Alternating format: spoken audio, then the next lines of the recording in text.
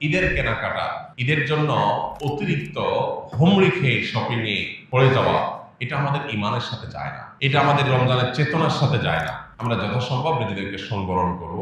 আর ঈদের শপিং যদি করতে যাই, আমার আশেপাশে থাকা বহু মধ্যবিত্ত, নিম্ন মধ্যবিত্ত, বহু গরিব, অভাবী, অসহায় মানুষ আছে যারা মানুষের কাছে হাত পাততে পারে না। তাদের বাসা বাড়িতে বহু তিন পরিবার আছে, বহু বাচ্চাহারা বাবা আছে, বহু মা হারা বাচ্চা আছে, বাবা হারা বাচ্চা আছে।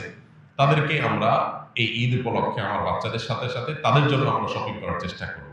আমাদের বাচ্চাদের সামনে যে সমস্ত ভিডিও ফুটেজগুলো আসে ঈদের কেনাকাটা, সেগুলো হলো উন্মাদনা। বিশাল বাজেট নিয়ে গেছে, এই সবটুকু আমার, সব টাকা দিয়ে আমি কিনবো, যা খুশি তা করবো।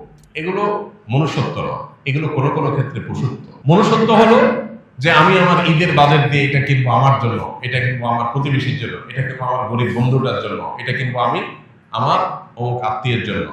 সবাইকে আমার ঈদের আনন্দের সামিল করার চেষ্টা করব। আমাদের মুসলমানদের ঈদ হলো ত্যাগ এবং ভোগ, এই দুইটা সমন্বয়ের নাম।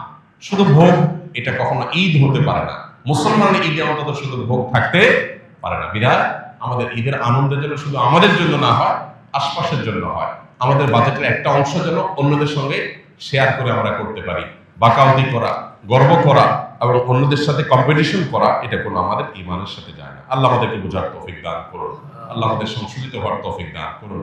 রমজানের শেষ দশকটা আমরা শপিং মলে না কাটিয়ে মসজিদে ইবাদত বন্দেগীতে আমরা কাটাবার চেষ্টা করবো ইনশাআল্লাহ।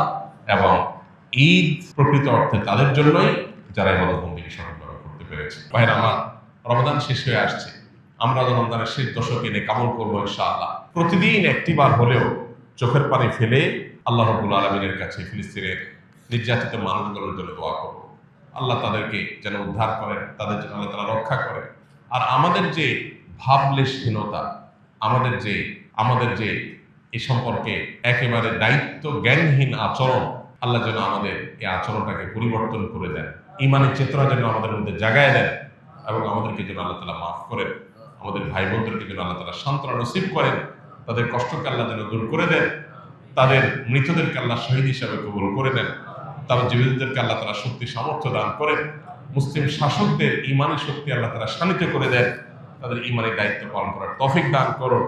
এমনকি অমুসলিমদের মধ্যে মানবিক মূল্যবোধকে আল্লাহ তাআলা জাগ্রত করে দেন, তারা যেন এই বিশ্বের ইতিহাসের সবচেয়ে বর্বরচিত অমানবিক আচরণের বিরুদ্ধে লড়াই করতে পারেন। এই বিশ্বের একজন বাসিন্দা হিসাবে আমাদের লজ্জা হওয়া উচিত। আমরা শত শত কোটি মানুষ, পৃথিবীর ছোট্ট একটা ভূখণ্ডের মানুষদের প্রতি নির্যাতনের অত্যন্ত নির্মম চিত্র যুগ যুগ ধরে আমরা দেখে চলেছি, অথচ